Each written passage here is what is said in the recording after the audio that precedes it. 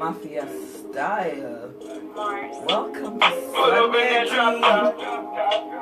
Say she want me on top. Vroom, vroom. Girl, I need that non-stop. Give it to you non-stop. Vroom, vroom, vroom, vroom. Waiting for someone to come out. Welcome to Sunday Tea, my friends. Woo! Yes. Today the Mafia style sunglasses. How you doing? Yes. How you doing? Jamaican Wendy Williams here. How you doing? But we're called Althea Carol Clark. Wendy Williams, not Wendy Williams. How you guys doing today? Boy, we're here. We're going to talk about a topic that affects the Afro-Caribbean community and only house it affects, which is huge. And we have a guest in the house today by the name of Raquel. But we're going to talk a little bit before we bring her in. And I'll just address you guys a little today. We'll talk about a little bit of this and a little bit of that. Yes, I have on sunglasses because camera coming on my face. Because I'm tired. I'm tired. My eyes are tired. It's been a very, very long week. A good week, but a long week. I'll let you see my eyes a little bit though. There we go. You guys feel better? I feel better. There we go. What did we do this week? What did we do? Well, we did we did an interview with Kent here. No, we didn't actually get the interview yet. We scheduled it, and this was a hard one. Wheelchair access. I'll talk a little bit about it before we jump into our story. Wheelchair access. I'm just starting to think that I think most businesses should have or get their wheelchair access check on a regular yearly basis, just because people that have to use them, we have to reassure that they're safe for them in all ways, form, or shape. We can't really take any, we can't take it for granted. And I believe that most people, most business should be checked on a regular basis. Maybe they want to do a bylaw enforcement on certain businesses that have wheelchair access to make sure that they're okay on that part. And that's just a little bit of a talk we're doing because we had an issue a couple days ago with the wheelchair access that we want to apologize again to Kent here. So we definitely want to apologize for that. And again, what do we have? Oh, geez, we're counting down, you guys. Countdown for Island Tea with Althea. The countdown starts today. First episode starts September 2nd. So every time I come on from now till Saturday, I'm counting down Island Tea. First episode. First on TV ever. So I want you guys to all join in and watch. I want you guys to come and turn your TV on channel 4 at 8:30 a.m. Saturday morning and check me out and tell me what you like about me and tell me what you don't like about me. Whichever way it is, it's not going to offend me. I'm just going to learn and either try to do better or try to make it better. Please join me. Share my videos. Share the link to the TV show. You know, let's work together as a team and make this a great year. It's going really, really good so far. So we're going to talk about the sickle cell and how it's a trait that is in Afro-Caribbean culture, and we need to be tested. And a lot of us do not know the signs. We don't know what to look for, and there's not very much education about it. As a matter of fact, I believe that when I came to Canada as a little girl, I think we were tested. We get vaccination, we were tested in order to come into Canada. But I believe that, and don't quote me because I have somebody here by the name of Raquel, and she has great information on it. But I believe when you're coming into Canada from any country, and you're Afro-Caribbean person or woman, child, you get tested for it. But if you're born in Canada, I believe there's nothing to help us out, to test our children and to find out if we have it ever or not, how to protect it, how to stop it, and we really need the help. So Raquel, come on in. Thanks for coming into Sunday Tea. So Raquel is here to join me, you guys, tonight on my topic. And she can explain a whole heap of things. And again, sickle cell only affects Afro-Caribbean people. Am I right or am I wrong? I'm not sure, but hi Raquel, welcome to Sunday Tea. Hello. It's a pleasure to have you tonight. Thanks for having me. I'm not 100% educated on sickle cell, but from what I was told that it only comes into, get out of here, Afro-Caribbean people. So can you correct me if I'm right or if I'm wrong? Tell us a little bit about it, first of all. So sickle cell is it's an inherited trait, a genetic trait that causes the red blood cells to they look different and they act different in comparison to those with regular red blood cells. Mm-hmm. It doesn't Excuse only me. affect the Afro Caribbean community. It actually affects other communities as well, but the largest amount what that other it affects it what- would be Afro-Caribbean. Yeah. What other community that's sickle cell, what other nationality, I should say, of people that it affects? It actually affects all communities now. It affects Italians, Latinos, and Arabs, and it's mostly so sickle cell kind of started out because of malaria. So those that were living in an area where malaria mosquitoes were present. Yeah, I was gonna say and dirty water and stuff like that, because that's what, or just water has nothing to do with No, it. water has nothing to do with it. It's just the malaria mosquito. So what happens is if you get malaria, malaria attacks your red blood cells. So sickle cell kind of evolved as a defense mechanism for malaria. So if you had sickle cell and you got bitten by a malaria mosquito, it wouldn't be so bad, the malaria, because your blood cells are already damaged in a way. So again, I was taught that sickle cell was only for black people. So again, you guys, we're here today and you're getting a little bit more education, because I thought that it was something that affect just us. But again, when you mention the people that it affect, I see that you mention a lot of people with a kind of a tan, kind of a dark skin. So again, it potentially, it seems to affect people that have a little bit more melanin in their skin. Yeah, and it's mostly because of where the origin, like the original country that they come from. It's a hot climate. Okay, so can you tell us a little bit of, I know you have a little situation with this conversation. Can you start to tell us a little bit about the sickle cell and how you are affected by it, or how you got into it, and why this is so important for you? So it's important enough that I decided to start an organization. It's called the Sickle Cell Disease Association of Alberta. And the reason being is because my daughter, she's 4 years old, she has sickle cell anemia. Oh my. She has the most common and worst type, which is the sickle cell anemia. There are other types, they're not as common, and they are also bad, but just not as common. So when you say there's other types, how many types of sickle cell is there? There are 3 different types of sickle cell. Okay, and are we able to name them? Not off the top of my head. Okay, that's fine. But, Google, great resource. Absolutely. But yes, there are 3 different types of sickle cell, and they act differently, but they are all presented the same. So anyone with sickle cell will have the same sickle-shaped red blood cell. Okay.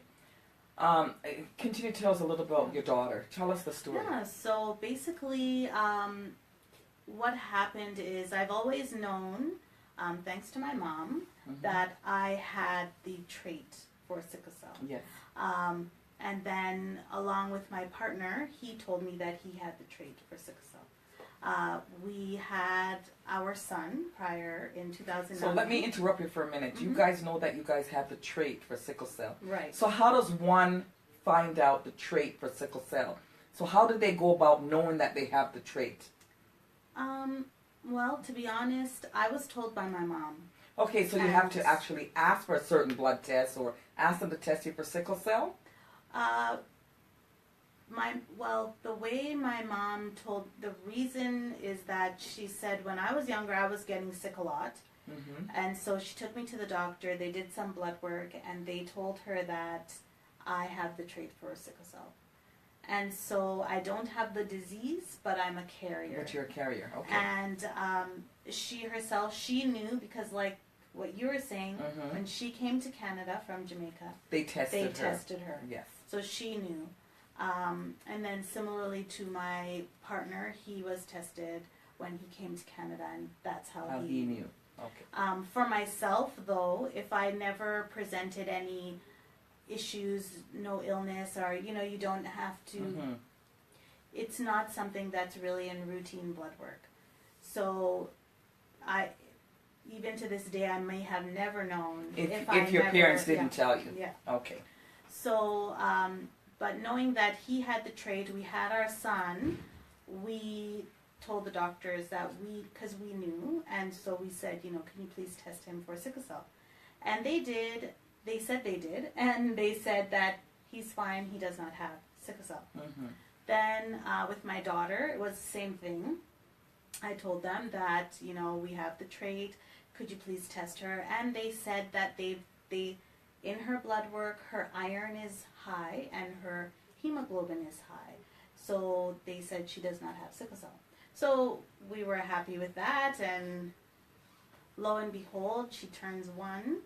And she got very sick, and she was having some difficulty breathing, so we took her to Emerge. Yeah. And they did a lot of blood work, and they came back and they asked, well, do you guys have the trait for sickle cell?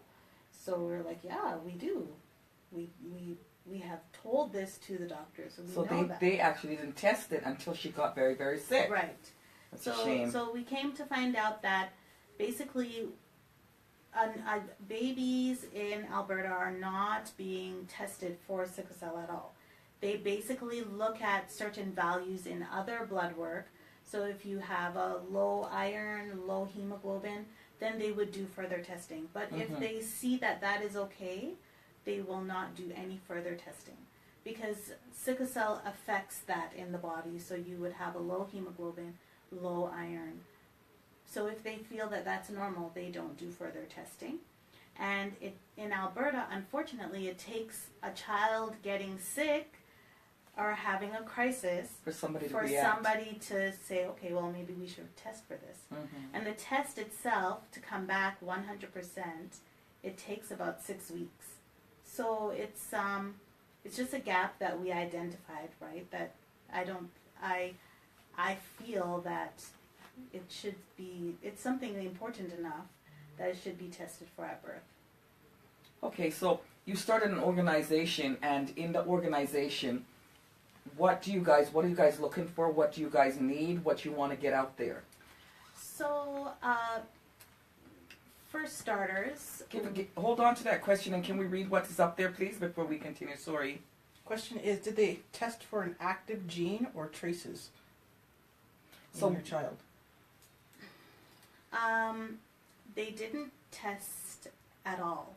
So it's like with myself being the having the trait, I wasn't even tested for it. So I don't really know. Unfortunately, I don't even really know how to answer the question, but I was never tested. My mom just told me, and then they do genetic testing, but that's the actual test that takes about 6 weeks. So what was the question the person they asked? Did they test for an active gene or just traces or the trait? So now that she got sick, they would have had to test for something. Right. So the person is asking, did they test her for an inactive genes? Let me know if I'm right. Active genes. Active So genes. present, so sickle cell full on, or do they test for the genetic trait of the sickle cell being in her system? Yeah, so they tested her for the actual disease. Okay, so that's But what the disease itself is a genetic disease. Okay. Yeah. I hope that answers your question. Yeah. Thank you.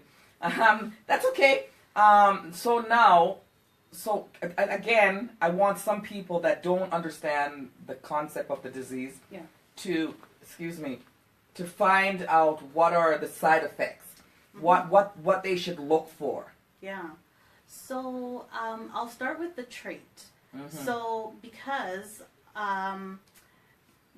even with the trait, you can experience some symptoms of sickle cell. Mm-hmm. So the reason being is because even though you are a carrier of it, sometimes you actually have red blood cells that are sickle shaped in your body.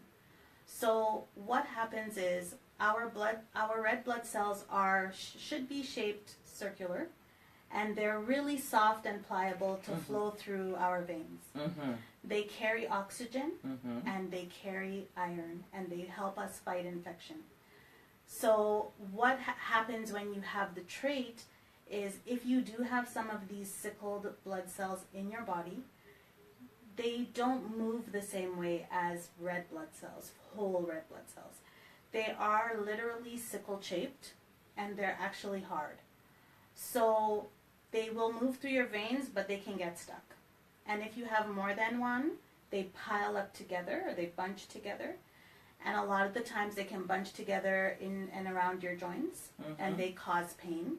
Sometimes they cause you to have immobility, so you can't move your arm. It hurts to move your arm. It can cause swelling, and it can also cause problems with oxygen, your oxygen level. So you might feel short of breath, stuff like that. And that can affect people with the trait. So even people with the trait, you have to really remain well hydrated and make sure that if you're exercising, or even if you're going for a long walk or something like that, your oxygen level can dip down, and it can, you could pass out, or things can happen to you just from having the trait. Okay, and that's just from having the trait. So Yes. what is the most, for a person that has full-blown sickle cell, Right. what is the danger? Does it kill you? Is it like, what happens with sickle cell? So when you have full-blown sickle cell, those types of symptoms happen to you times 10. So it can happen to you all the time, because it's basically, 100% of your blood cells are sickle shaped. Mm-hmm. And so you can have what we call a crisis, where it's a pain crisis. You're in pain, your oxygen level can dip down, and it affects different organs. So you can have a chest crisis, for example. You can have a crisis in your eye. Like, it affects your whole body on a whole. What's the percentage of people that have sickle cell? What's their length of living time?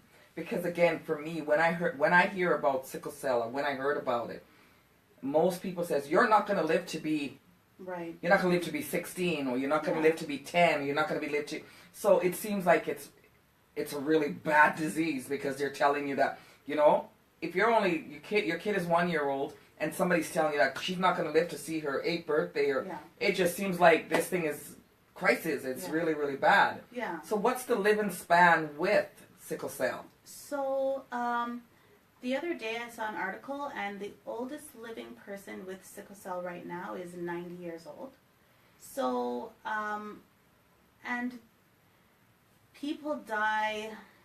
It's such a broad, like, it's so hard to put a finger on it, like, because people live well into their, like I said, this lady, she's 90 years old, she has sickle cell. And then, you have young people, like last year, I think during the summer, a young girl, she was 11 years old, and she died on an airplane Of sickle cell.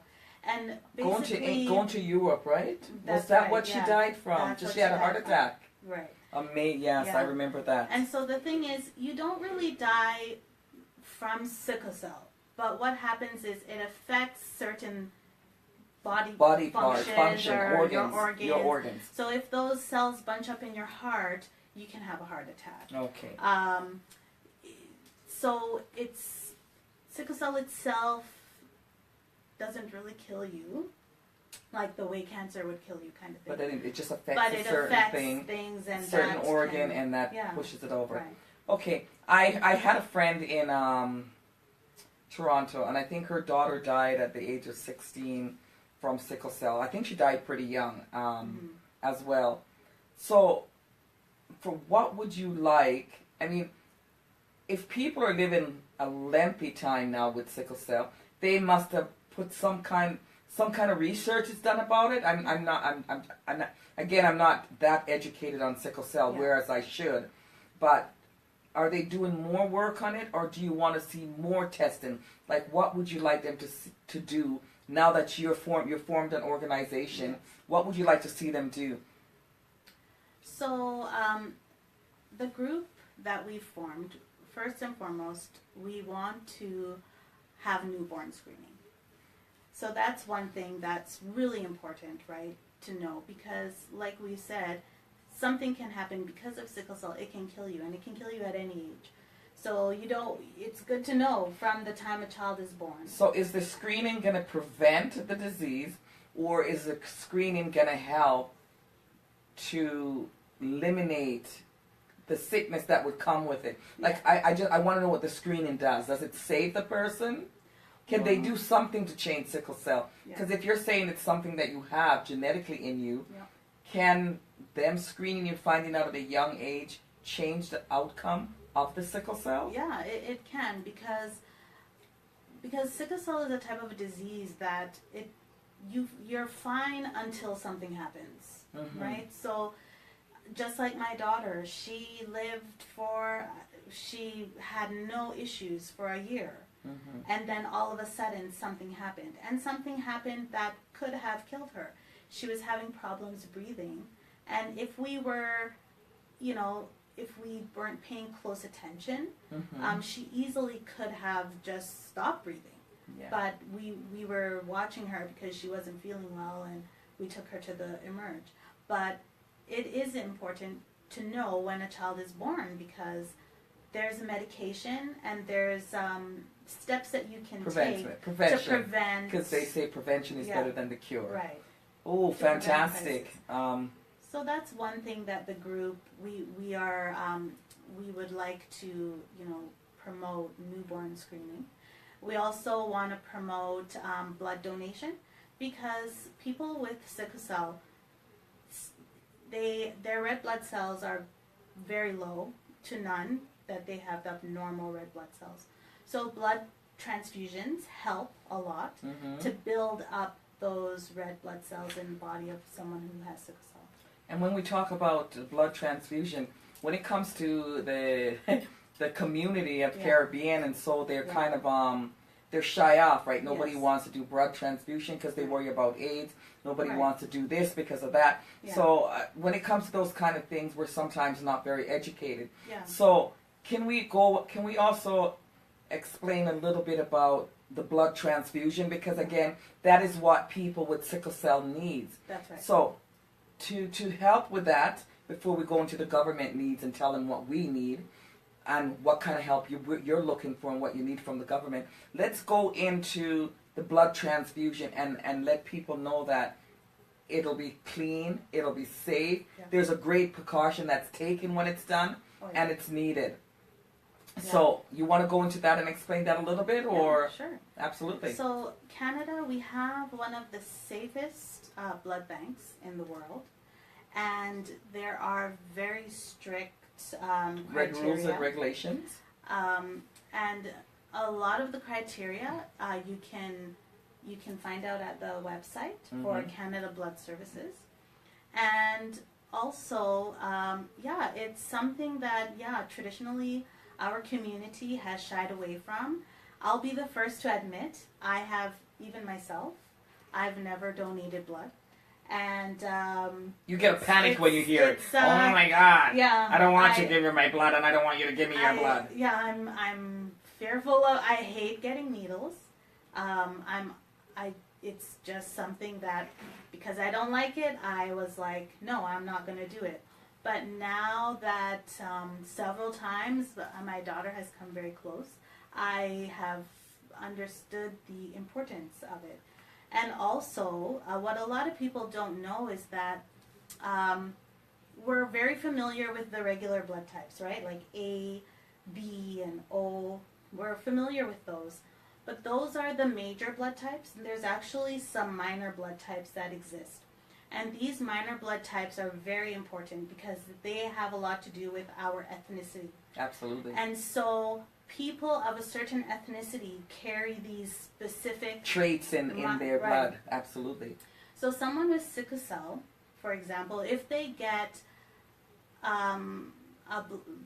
blood from, so they need a blood transfusion and they're getting blood, let's say, from an Asian ethnicity, their body will say, no, I'm rejecting this is a virus, right? Or something weird. I'm going to reject this. And that can actually cause a crisis. So, hold on, I don't want to cut you. So we need to tell them that for sickle cell, you need black blood. That's right. And I mean, I know, you know what, you guys, I know there's no blood out there that's black, but what was she's trying to say, the blood that we collect for sickle cell has to be of colored people. That's right. It's very important. Yeah. So even though we're scared and we feel terrified, and we still have to do it because we're black, and we never know when we are going to be caught in that environment, and we're going to need somebody else's blood, and we got to make sure there's some black blood, well, some red African Caribbean, you know, blood sitting out there in the bank waiting to save one of our lives, especially a child. I didn't cut you. Go on, Henny. No. Educate us. Yes. Jessica. So it's really important that out of our ethnicity that we donate blood, because many times we're drawing from the smallest amount available, but we have many people with the disease. So, and it's not only for people with the disease, right? If you're in a car accident, you might need that blood. And in an emergency, they're really not going to be like, hey, they're going to give you that blood transfusion to save your life. Whether you like it or not. And if you have a surgery, you might need the blood. So it's something that's really important. And I mean, it's important for people with sickle cell, but it's important for all of us.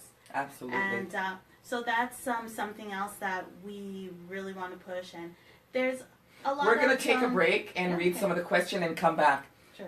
Jesse! Yes. Do we have any questions out there? Are we quiet, or what's going on? A little bit going on. Yeah, it's a really important topic, and I think I think everybody should be involved and talk about it a little bit today. So yeah, can you read something to me? Thanks again, Raquel, for coming in and sharing this, because I think it's needed. You know. Yeah, it is. Let's see. If the results for your child were negative, why wouldn't you have continued further testing, knowing both parents have gene traces? So, well, there's nothing. Okay, so if her test was negative, the fact that we know we have the trait, there's no further testing required. So we know we have the trait, and that's it. The only thing that we could do in terms of testing, if we wanted to have more children, we could do genetic testing to know ahead of time. But that involves amniocentesis, which is quite risky. That's where they put a needle in your tummy and draw out some of the fluid. And it's still not even 100% that you would find out if your child has sickle cell or not. So, yeah, you know, just as long as you know you have the trait, that's basically it for testing. There's no further testing you could do. So the other part here is it's like having an allergy in your family line. For example, we know that you're allergic to peanuts. And your child's not allergic to peanuts when they're born, although you know the allergy exists in your family. Why would you not keep continuing to test for that allergen? Can I answer that one? Yeah. I think if I was told that I had those genetic traits and my boyfriend or husband or whatever it is had those genetic traits, and I took my daughter and had her tested for it, and if they said it was negative, I wouldn't continue, because I'm thinking if both of us have it together, it's positive. So if they tested my daughter at an early age and she showed no sign of it, they're the doctors, and that's why they became doctors. So I'm going to take their opinion. And that's my opinion. If you if you want to answer that a different way, you can. But that, I feel like a doctor should reassure me. And if he has reassured me that that was negative, why would I, make myself crazy and continue to look for something that they said that's not there? Yeah, and that's basically what happened to us. And maybe I misunderstood the question, but yeah, that's what happened with us. We told them we have the trait. Can you test our child? So they didn't come back and say, they didn't really explain how they came at their result. They just told us, no, everything came back fine. Your child doesn't have it. And then, like I was saying before, sickle cell is a type of disease where you're fine up until something happens. So we had no reason to feel that we should carry on with further testing. And also, this is why sickle cell awareness is really important, because even though we were carriers of the trait, we had no awareness of, for example, little things to look out for. Like, actually, when my daughter was born, we had to go back to the hospital a couple times because she had jaundice. And even the doctors at the hospital, they were kind of like, it's not going away. But that was because of sickle cell, that it wasn't going away. But it's something that presents itself in a lot of babies, right, that don't have sickle cell. So because it's just not something that we are aware of in the back of our minds, what to look out for. But I know that 90%, I'm sure when I had my children, I swear 80% of black kids were jaundice. Yeah. So, I mean, does that mean that the 80% should be tested for sickle cell? And this is the thing that, in the medical establishment, they will say, well, you only make up a certain amount of the population. Why should we be testing for this?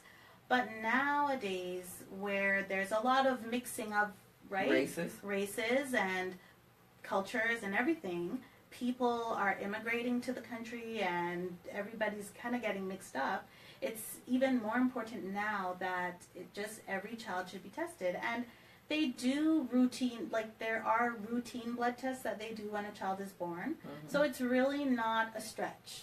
It's not a big deal to say, hey, one more tick in that box. Okay, so what do you want them to see? What do you want the medical field? You want to see them do, right? Because this is your passion, and this means a lot to you. What would you like to see them do?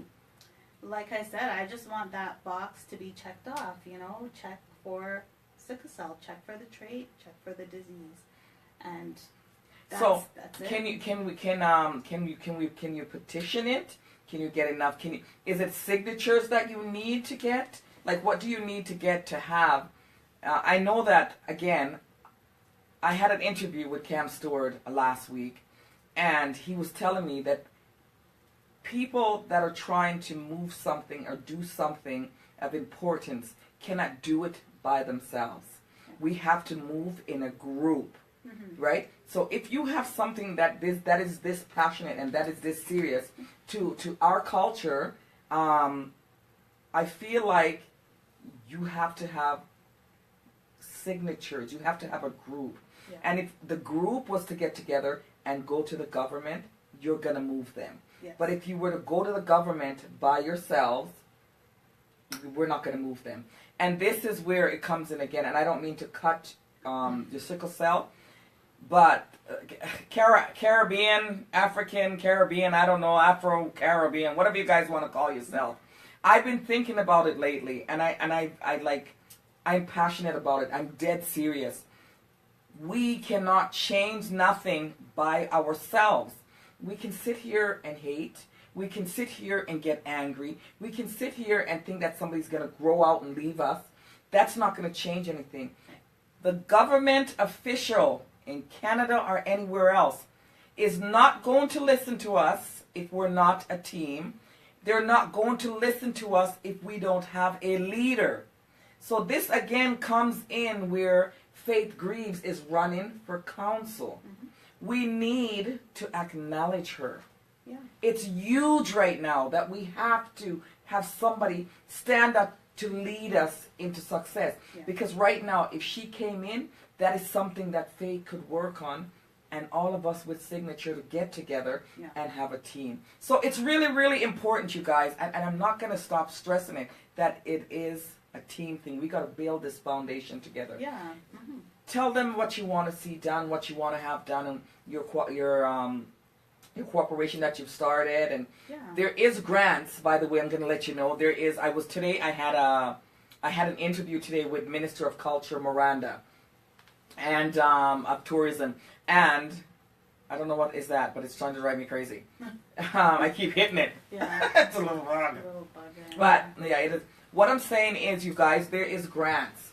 Cam Stewart as well said the same thing. There's grants for all these things, for diversity, cultures. There's grants for things that you have passion with, but you can't move them by yourself. You need to get together in a team and have a leader, and you can get everything done like every other nation or Yeah. race. Mm-hmm. Okay, so I'll let you continue. Do we have any more questions out there before we continue?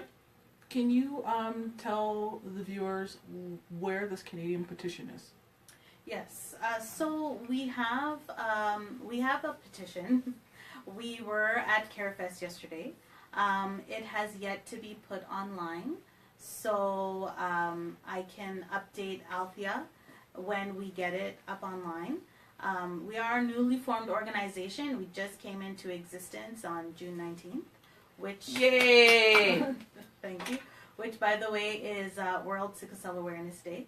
And September is Sickle Cell Awareness Month. So for Beautiful. in September, on September 9th, we're having a 3K fun run, walk, Jump, skip, roll, hop, stroll. you just do what you gotta do. Yeah, whatever you feel comfortable with, any fitness level. We're doing that in conjunction with Caribbean Heritage Sports Day. Yes, with Jennifer. That's right. Yeah. Okay, I So heard about that, that's absolutely. on September 9th at Rotary Challenger Park. And I will be there because I will be doing some island tea. Yeah. Yes, I That's will. I'll be great. taping it. Go ahead, So, hon. yeah, we'll be there. And the petition, though, right now is just kind of on paper. Yesterday, we spoke with Kent here and at CareFest, and he basically, he told me something similar, right? You know, you kind of have to get a team and get people behind you. But we are trying to align ourselves with the Sickle Cell Disease Association of Canada. Mm-hmm. So we are putting in an application for that because they have pushed it, and so in many provinces now, thanks to their hard work, they have newborn screening. Ontario, having the largest population of Afro-Caribbean, they've had newborn screening for quite some time. Beautiful. So it's kind of moving its way down the country. And I'm just really bothered that, you know, it has to take a huge place of a huge amount of culture before they would do something. You know, if it's wrong, because if you have black people living in Alberta, I don't care if it's 1 million or 20 million. If it's 1,000 or 10,000, Right. they are worth the screening. They're That's worth it. So that's the problem with me. Yeah.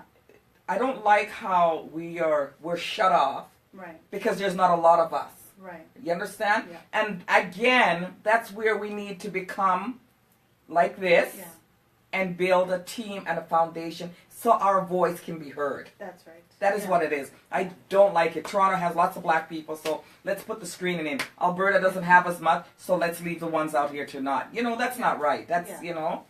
All right, can you give them a little bit more information? Guys, we have a little bit more to go, and then no more questions.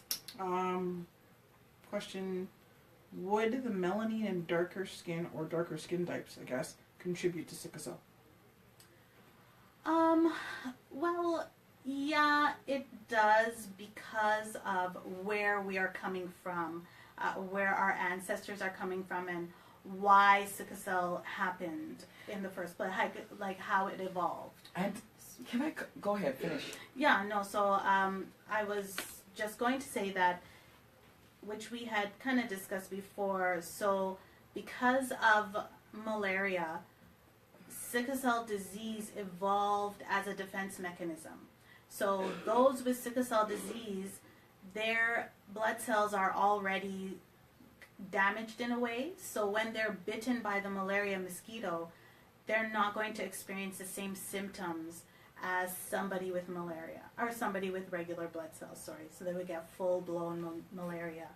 So it does affect us because those mosquitoes exist in these warmer climates. And I want to tap on that. I don't think our melon has nothing to do with it, because our melon is what protects us as black people. I don't know enough about the sickle cell, but I feel that we need to do get a little bit more research done, because the melon in our skin is what protects us from most disease, most of the things. So I'm not 100% sure, but again, I think we need to do a little bit more research on the melon in our skin, because I was told that, and I don't know how true it is, but I feel that I hear that our hearts and our kidneys and our organs inside our body, because of the melon, is made it stronger.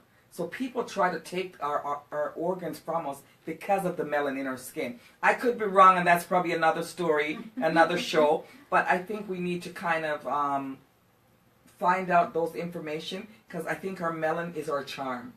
Oh yeah, well no, the thing is,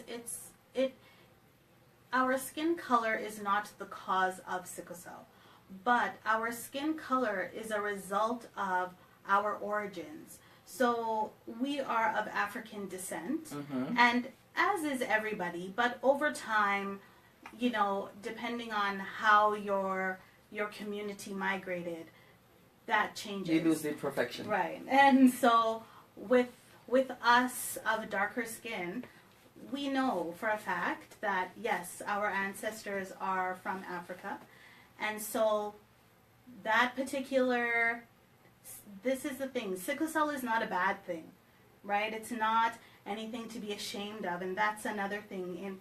In certain communities, there is a stigma attached to sickle cell, and it shouldn't be, and that's why, I personally, I don't feel too comfortable being on camera and talking and stuff like that, but it's important enough that I'm making the effort, because there should be no stigma, there's no negative, because really, this was a way for us to protect ourselves from a disease that was killing people. And our body evolved and said, well, if that's affecting or attacking the red blood cells, let's make our red blood cells a certain way so it can't attack you, right? And that's how sickle cell evolved. Okay. But it has a side effect, Okay. and the side effect is that pain and other things that can happen. So I heard you said that you were shy, you don't like the camera, I don't. and I'm gonna address you. You understand? I don't know how much people are out there, and I don't know if there's a lot of people. I'm trying not to really concentrate on that anymore, because if you have one person, and we could have taught that one person something about sickle cell, or there's something going on with their child and they're not aware of it, now they might get that thought in their head and says, you know what? Let me go check what Raquel said, because it might be true. Yeah. So we've helped one person. That's so right. Raquel, I thank you and I appreciate you. And I know there's 1 or 2 or 3 people out that appreciate that you came on to give them that information. And not everybody likes a camera like me. If you notice, I gotta keep, I gotta give myself so not everybody loves it, but we appreciate it and we thank you for coming. Is there anything that you have that you want to get out there quickly, last minute, and I'm gonna wrap it up after that. Yeah. So we are looking for members. It's our email address is scdaa.info@gmail.com. You can also look that up. We have a Facebook page. My name is Raquel. What's your Facebook called? It's Sickle Cell Disease Association of Alberta. And on September 9th, we're going to be at Caribbean Heritage Sports Day. So we'll And be you out can tell there. them where that is, please. Yeah, I don't know. That's at Rotary Challenger Park. It's in the northeast end of Calgary, kind of near to the airport, that area. We'll be doing the 3K run. We're going to be there, and also Canadian Blood Services is going to be there with us. Beautiful. Giving information. So if you have any questions about, can I donate? Should I donate? I'm scared of needles. Will it hurt?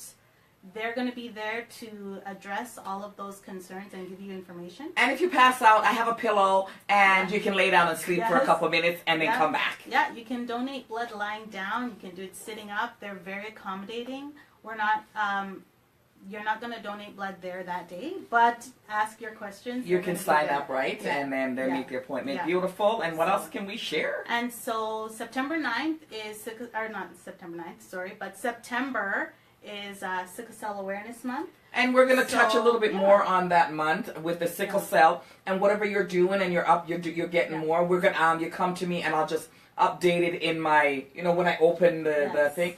And on Island Tea, I believe that the sickle cell is a big thing, so I'm going to open up sickle cell on my Island Tea a little bit and let people know all over, because we reach Toronto, we reach Alberta. Yeah. So that'd be great. Yes, thank you. You're very, very welcome. Do we have anything else? Crystal just joined us. Hi, Crystal. How you doing? She says it sounds like a fun event coming up.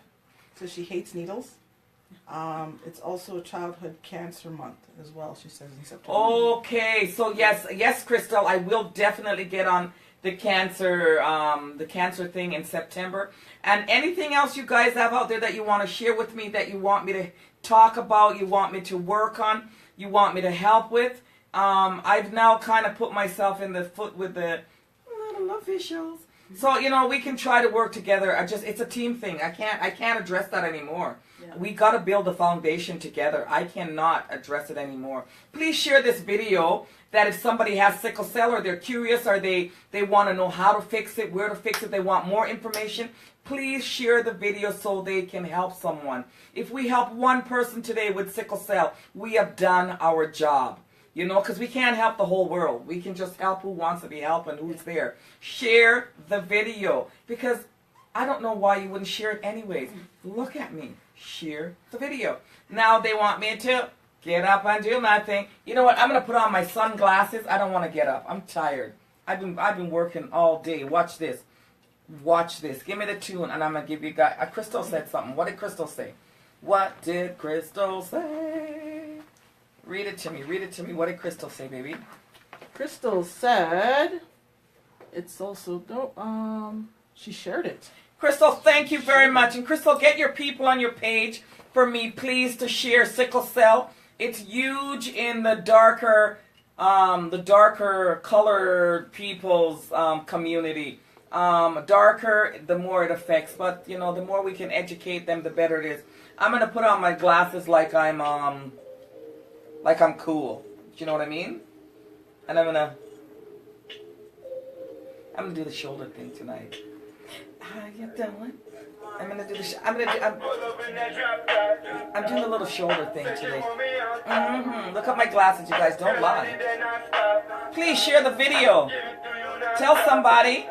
Let that somebody tell somebody else. Yeah, you guys just gotta help us.